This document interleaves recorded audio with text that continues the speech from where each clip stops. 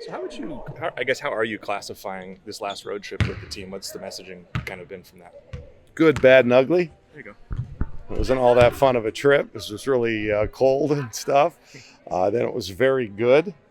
The night we played Michigan State, and then very ugly the night we played Michigan. I think most of the time you'd feel pretty good about getting a split on the road against those two teams, but when you win the first one, you get a little bit greedy. And I didn't do a good job of preparing our kids for the game. And then we didn't do a good job offensively or defensively. The energy wasn't there. The same focus and intensity wasn't there. And it just happens. It happens. It's not a good excuse. But it's just kind of a perfect storm. They were hungry. They needed the game. And they played like it. And we just didn't. And then also, listen, it was our third road trip. I think it caught up to us a little bit. It was technically a 9 a.m. start, our time, noon there. You put all those things together. I'm not going to say that that's the reason why, but I think it was just a combination of lots of things. So to answer your question, feel real good. Let's take the positive. Feel real good about that Michigan State win. Do you think this team might have needed something like that just as a reminder that any other team could show up like that, and if you're not bringing it? Did we need it? I think they're smart enough to understand that happens. No, I don't think we needed it, but now that it's happened, let's learn a lesson from it. Yeah, on any given night, man, this is a tough conference, and especially on their home floor, you got to bring it, and we just didn't have it that day. What do you see from Maryland in this matchup? They're a team that's kind of been scuffling a little bit more than they had early on in the season. Yeah, they've had some injuries, and it's kind of hurt them. My guess is we're going to see their absolute best, because they've, I think maybe lost 3 out of 4, 4 out of 5, so they're coming in, questioning themselves. But Brenda's a great coach. She has great players, and they're going to find a way. So I've already told our team that we've got to be at our best to be able to match them. So this is an important game for us, no doubt. I think we're tied in the standings with them and like 9 other teams. So, we've got something to play for. We're only a game out of the 4 spot. We're tied for that last bye spot. So we've got some great things to play for. We need to play like it this week. You mentioned on post-game radio that you want to try to find Katie more minutes, and kind of the way she played in the last game sort of looked like she maybe deserves that. Why now is it important to try to get her more minutes? Well, we used her a little bit earlier than normal against Michigan because she is our best player in transition, and I just thought we needed something to snap us out of just a lumpty-dumpty play. We just weren't pushing it, we weren't attacking, and that's one thing she can do. You take the good with the bad. Maybe she's not as good a defender as our other guards. That's where we've kind of hung our hat on defense. But in that particular game, we needed her to go. So it's one of those things. We've just got a lot of pretty good players. There's not a ton of separation, and it's really hard continuity-wise to play 12 or 13 players. It's just really hard. And so, unfortunately, on some nights, some players are going to get left out. But Katie's a really good player. She is the future. We know that. I think she understands that. And she's working hard to, make my job harder and give her more minutes. What's the status of Eliza? We see her over here doing some things, but handing a wrap. Yeah, we hope to have her on Thursday. It's questionable when you still have that on your hand and 2 days before the game. Nani was out as well. She's, I don't know what she's got exactly. So we were down some bodies, and unfortunately that happens this time of year. Some injuries and kids get sick. I reiterated today the fact that got to take care of themselves. Eat right, sleep right, take care of business in the classroom, do those kind of things because we need healthy bodies. And again, believe it or not, we go to a really cold area and then we come back. This is balmy warm here in Eugene. Right, Chris? And so, again, the time change, the being on the road, it's tough this time of year. So that's why we really have to take care of ourselves, the old guy included. So neither of those are expected to be long-term, though, Eliza and Nani? This one I think we don't know yet. Yeah. Nani's, she's got the flu. So stay away from her.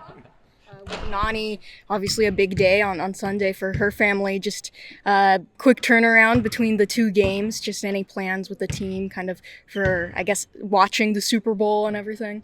Oh, I think the last thing the team's going to want to see after the game is more time here, or maybe even more time with each other. I don't know what everybody's plans are for the Super Bowl. I wish Nani could do both. She told me a couple weeks ago that she's all in for the basketball. As a dad, right, I would almost think, you can't really miss when your husband's playing in the Super Bowl. But, for all intents and purposes, this is her last season. She's got a chance to play the number one team in the country. She's all in. So, yeah, big day. Wouldn't it be nice if both the Ducks and the Chiefs won on Sunday? That's what we want to happen. The team has kind of won a lot of different ways. There's been games that you've been down big in the first half and then come back in the second half. The Michigan State win, you guys got ahead early and were able to kind of maintain that win. Just when it comes to, you talk about all of the things that affect you at this point in the season, do you feel like that might lead to a little bit of inconsistency? And which ways, I mean, obviously you'd like to be ahead and stay ahead in every game, but what would you prefer? What's the best way for this team to kind of put themselves in the best positions to win? Yeah, jump on them early and stay on them the whole game. It's just when they're playing at home, you're playing a really good team like Michigan State. You got to expect a run. We may have late in the game kind of played not to lose instead of playing to win.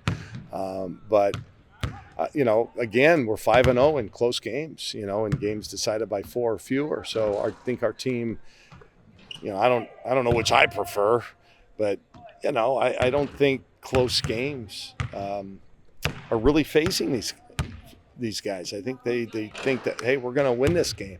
And we've done it at the defensive ends where we're making the key stops. But selfishly, and I've been in a lot of games where you jump on them early and you build on it throughout the game. I don't know if we're the type of team that can do that consistently for 40 minutes, but we'll see. Good question, though. I was going to ask you about Philly and just the 4 years here. I mean, that's strangely kind of rare these days for a player to stay at the same place. Can you speak to just what her commitment to Oregon has meant? And obviously with a lot of players that she came in with taking off, she's been one of those very few through lines.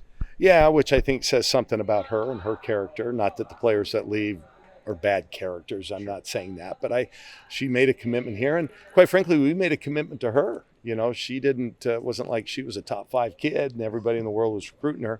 Took a chance on her, and and it's really paid off. She's represented our university so well, the program. She's continued to get better, but most importantly, did you ever talk to her when she was a freshman? Yeah, we had a little bit of her, I think. Yeah, and she probably didn't have a lot to say. Didn't have a lot to say and not a ton of confidence. And just to see who she is now as a person, more than a basketball player, is what I'm most proud of. She's just a completely different person, and I'm really proud of her for that. But she's meant a lot to the program, and I think I think our fans appreciate what she has given to us, over her 4 years here. In the locker room, how would you describe her leadership style on this team? Oh, it's great. Everybody knows, loves, and respects Philly. She's got a big voice in the locker room, and she's one of those that kind of works with every group. Every team has little groups that kind of spend more time together. You might call them cliques, whatever. And I think she's one that just kind of transcends everything. And when Philly has something to say, people listen. E.F. Hutton, you guys are way too young to remember that commercial. But that's kind of who she is. A lot of respect on the team. Going back to just the belief that you kind of talked about this team has, especially in those close games, looking now to the second half of the conference season and heading into that Big Ten tournament into postseason, just how important is that for a team to have that, especially at this point in the season when maybe not every game has gone your way?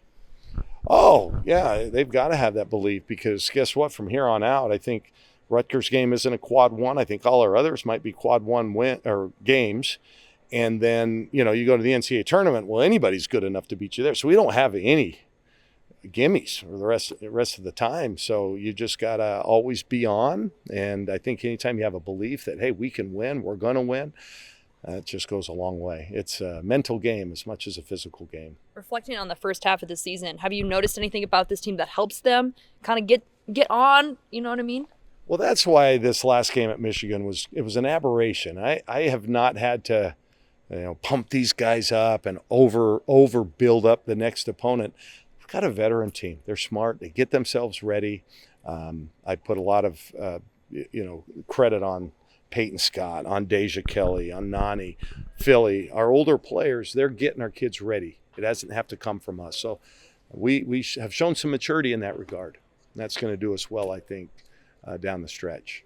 You brought up Payton. Last year, when she was brought in, her role was to lead a young team and kind of help them along. And obviously, she's still a leader on this team, but it's a lot different. The roster's a lot different. How has she kind of taken that in stride on a team with other leaders and a changed kind of role from what she was asked to probably do last season? Well, Peyton's still a big voice, and she hasn't lost that. She's going to be a great coach if that's what she decides to do. She just has that ability, that makeup, that nature in her.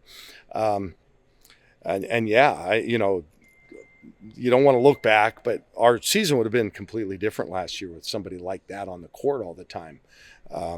And now we're seeing dividends of that. But yeah, she doesn't have to do it by herself. We have others that lead. We have shared leadership, and I think when you get that, that's when you know you've got something. If it comes from me, we're in trouble.